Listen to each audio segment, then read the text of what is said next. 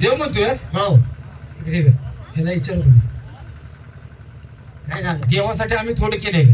म्हणजे तुम्ही माझ्यासाठी कष्ट घेतला? आम्ही देवाला ओळखत नाही बे. काय काय कष्ट घेतला माझ्यासाठी? काय केलं? मी लहान असताना हो, काय सांगता? तुला तुझ्यासाठी मी लय केलं या. तो मग बरोबर आहे. बाबा तुझा जन्म झाला आणि तुझ्या नक्या म्या कुठल्या त्या नक्यात पडलं. कुत्र्याचं पेलो आहे मी. मी कुत्र्याचं पेलो आहे का माझं? का नाही? अरे लहानपणीच सांगते का? हा. आणि तुझ्यासारखा हत्ती पुन्हा जन्माला कोण येणार नाही. काय सांगता? लय हत्ती. खरं? अगं बारकं होतं मी घेऊन फिरायला लागली ते पोरग जे रडायचे लागलं. अरे अरे अरे अरे मी लहान असताना लय हट्ट करायचा. अजून मी तसाच आहे पण आता जरा कमी आहे पण पहिला लय बारका असताना. बरोबर आहे बरोबर आहे. आता याला मी काकाला घेऊन फिरायला लागले आणि पोरग काय रडायचं थांबा ना. आता म्हटलं उन्हामुळे रडते का काय म्हणून ह्याला एका केळीच्या बागेत घेऊन गेली. बरोबर आहे बरोबर आहे. हा आणि घराजवळच केळीची बाग. हा. आणि तिथं गेली कसं याला पिकलेला घडवर दिसला कुणाला ठाव. बरोबर आहे. केळीचा ती केळं पिकलेली बघितलं आणि मला म्हणायला मावशी मला त्यातली केळं दे. आता त्या मालकाला बिगर विचारता तर तुम्ही त्यातलं केळ काढून घ्यायला दिलं. मला काय म्हणतेली? बरोबर आहे. म्हातारी चुरटी आहे म्हणतेली का नाही. आता म्हटलं पोट तर रडाय थांबलं पाहिजे. हा. मुलाची समजूत निघावी. हा म्हणून काय केलं ह्याला तिथं सोडलं आणि बागेतच सोडलं. आणि मग काय केलं? घरी गेली आणि एवढा मोठा जुना आरसा आणला. हा. मग आणि आरशाच काय काम आहे? तुझी समजूत काढायसाठी. बर मग मग ते काय केलं वरती केळाचा घड पिकलेला खाली ठेवला त्या केळाच्या घडाच्या आणि त्या केळाचं पिकलेलं प्रतिबिंब त्या आरशात पाडलं. अरे अरे अरे काय डोकं चालवलं. आणि आता ते असं पिकलेलं केळ बघून सारखं असं चल मारायला लागलं असं त्या आरशावर. आरशाला हे मला पाहिजे बनव. आरशाला. आणि मग मी विचारलं देवा देवा ए कन्हैया हा. किती बाळा किती नाजूक आणि बोलते. मग वरचं केळ खातोय आज का खालचं केळ खातोय? खालचं आरशा.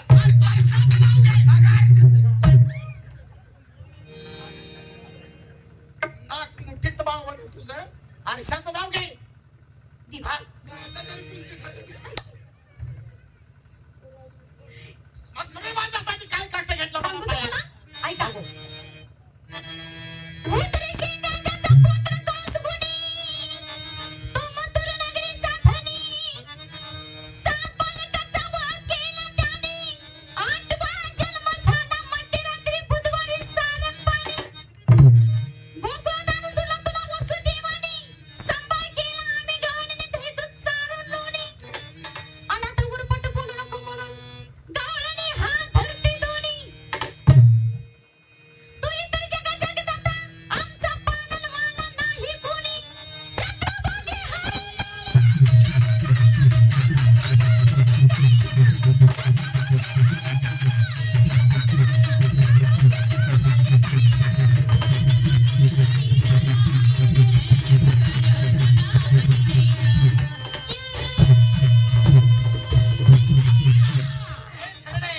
अगं तुम्ही माझ्यासाठी कष्ट घेतला आणि मी तुमच्यासाठी काय केलं ना असं कोण म्हणतं?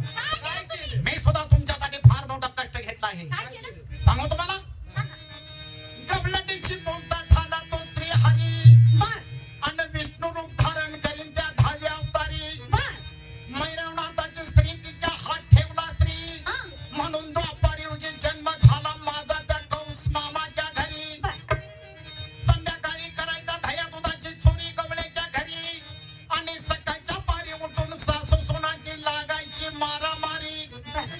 एकीमेकीची धरायच्या छिपरी आणि मी हसत उभा राहायचा रस्त्यावरी. मावशी कशी खोड आहे अंगात. जलमल्यापासून कसा आहेस? हा जलमल्यापासून असा लोकांना हसत आलायस.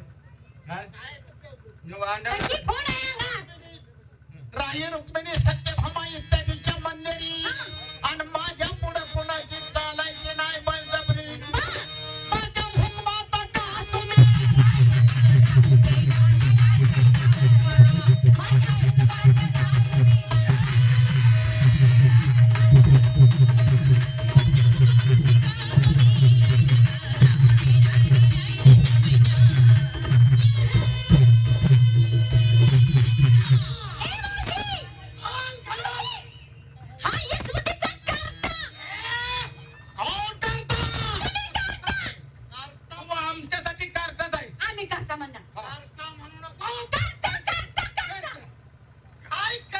हा, काय करशील? मांडावर पाय देऊन केस उपडीन. कोणची? लगेच म्हणतेस काय? हा यशवंतीचा करता रामासारखा घरासारखा रुखीले 4 वाटा दह्या दुधाची माठ पुढून केलास मधला 10 रुपये तोटा हे गायनातून आमच्या गायन मारून टाकतील तुला यमुनेच्या काटा तुझी माता रोजना करल कुठे गेला माझा बेटा आणि अशा आणायच्या पुढे करू नको माझ्या महिन्याच्या पोटा माझ्या महिन्याच्या पोटा. वर वर म्हणाला.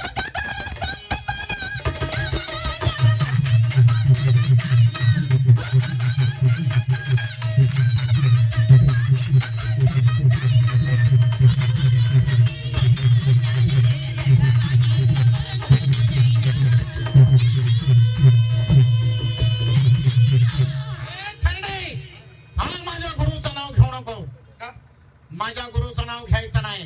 अरे तू एक येडा पण तुझा गुरु 18 येडा. माझा गुरु कोण आहे हे तुला माहित आहे? कोण? अगं संदीप ऋषी हा माझा गुरु आहे. बर आणि संदीपान ऋषीला ज्या वेळेला मी अनुग्रह घेण्यासाठी माझा थोरले बंधू आणि मी गेलो त्यावेळेला त्याने सांगितले कृष्णा आणि बलरामा हा. अरे तुम्ही अनुग्रह घेण्यासाठी माझ्याकडे आलाय होय. पण वरदक्षिणा म्हणून तुम्ही काय देणार? बर त्यावेळेला मी हात जोडून सांगितलं गुरुवर जे आपण मागाल ते आमची देण्याची तयारी आहे. त्याने सांगितलं माझा मुलगा समुद्रात गेला आणि तिथून बेपत्ता झालाय. बर गुरुदक्षिणा म्हणून तो माझा मुलगा मला परत आणून द्या. त्यावेळेला मी लगेच समुद्राकडे गेलो. समुद्र मला पाहून थरथर कापू लागला आणि म्हणला भगवंता तुम्ही माझ्याकडे कसं काय आलाय? मी म्हणलं संदीप ऋषीचा मुलगा त्या समुद्रात आला आणि बेपत्ता झालाय तो मुलगा मला पाहिजे. बर. त्याने सांगितलं तो मुलगा आमच्यापासून स्वर्गात यमानं नेलाय. अरे बापरे, समुद्राने सांगितलं. लगेच स्वर्गात गेलो. कोण? नाही अरे बाप. आणि मग काय यम माझ्या पुढे येऊन थरथर कापू लागला. भगवंता म्हणला अरे सर्व सृष्टीचा करता तुम्ही असताना माझ्याकडे येण्याचं काय कारण आहे? काय डेअरिंग म्हणायचं. त्याने सांगितलं संदीप ऋषीचा मुलगा तुम्ही स्वर्गात आणलाय तो मुलगा मला पाहिजे माझ्या कामाचा आहे. भगवंता हा मुलगा जर तुमच्या कामाचा असेल तर तुम्ही घेऊन जा. यमाकडे पोरगा आणि आणला. मग तो पोरगा आणला आणि माझ्या गुरुला गुरुदक्षिणा म्हणून परत दिला थेरडे. आणि तू माझ्या गुरुला अडाने म्हणते तुझ्या आईची माकड छाप तुझ्या. म्हणजे यमाकडे त्यांना आणलं तुम्ही. मग हे काम कुणाचंही नाही. माझे एक काम करायला लागते. काय झालंय तुझं काय अडचण आहे? काय बी कर तुझ्या पाया पडते. हे बघ हा माझी आई आता एकटीच पडली. बर मग मी काय करू? म्हातार मरून आता मला वाटतं 4-5 वर्ष झाली ती. बर आईला बी कोण नाही. बर मग एक काम कर तेवढं कर. काय करू ती? आमच्या आईसाठी आमचा बाय 2 तास खाऊ नका घाला. तुझ्या मी मेलेली माणसं खाली आणायच्या कामावर आहे का? नाही नाही, आईच्या आमचा व्हायला लागले म्हणून. नाही ते आता होत नाही. ती द्वापार युगात. आता नव्हे. नाही आता होत नाही. ते द्वापार युगात झालं. मग आता स्वर्गात जात नाहीस का? नाही आता जात नाही. नाही नाही, दुसरं काही नाही. जाऊ बी नको. का? आता स्कीम निघल्या, एकदा वर गेले खाली यायचं नाही. कमलाने तुम्हाला सांगू काही आणि हे ज्या पुढचा आता ह्याला येत नाही. काय म्हणून लागलो का? सांगणार आहे. सांग सांग. कमलाने तुम्हाला सांगू काही आणि हे पद्माची पाय कोणाच्या दृष्टी पडायचं नाही. होय देवा. श्री मुकुटाचा ढाळ नाही. हा ही वस्तू कोणाला माहीत आहे कोणाच्या नाही. बा चंद्रावळीसाठी झालो राही हा आणि 6 महिन्याची रात्र करमली त्या ढाई. बर मन भरून इच्छा झाली नाही म्हणून तुम्ही गवळणा रडता ध्यायी हो कृष्ण तुझ्याच गोविंद नामाची होत्या मासई. होय देवा. आणि म्हणून आम्ही एकीनं काम करीत आहे. बा पूर्वी वेदांताच्या देऊ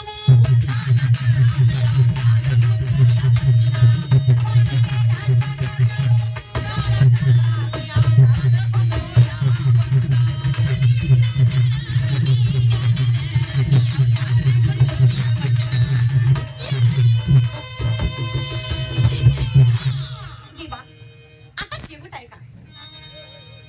कृष्णाचा शब्द ऐकिता गवळणीचे हृदय झाले की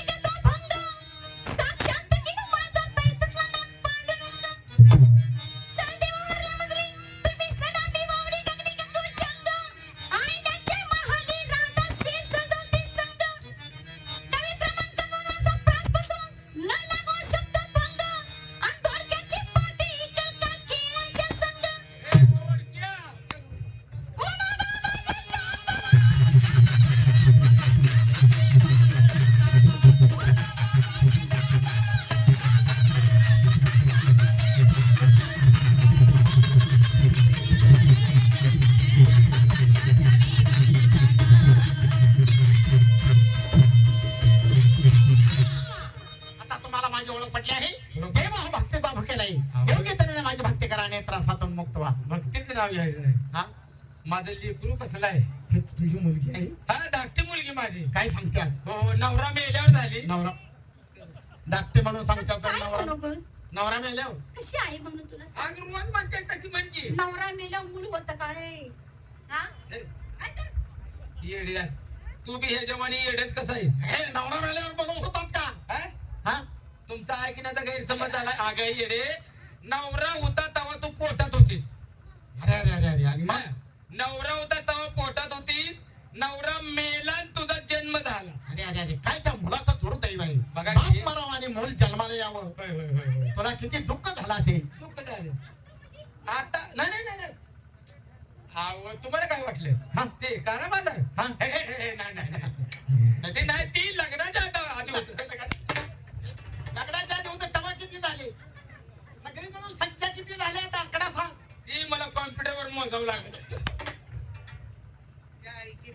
या, चला भक्तीला सुरुवात करा देवा मी भक्ती करते हा पण मी तुम्हाला शरण आले. आपण शरण आला हो कशाप्रमाणे एकदम गरीब. गरीब हो असं मुंगीप्रमाणे. वा वा वा किती बारीक आणि लहान जीव लहानपण दे का देवा मुंगी साखरेचा नावा. अरे वा किती लहान जीव आहे. किती लहान जीव आहे. मुंगी मुंगी आता अवघड जागेला चावती ते. तेवढं बरं देणार ठेवलीस तेवढं कसं देण्यात आहे आता मुंगी त्याला काय कुठनं बी शिरणार आणि त्याचं काय ठाऊक. आता मुलगी माझी का तुम्हाला मुंगीप्रमाणे शिरणार. बरोबर आहे तिची आय आहे मी. मग हा, तिच्या लय लय गरीब. असं तिच्यापेक्षा गरीब. असं मग सांग कशी सांगू तुम्हाला. सांग बरं.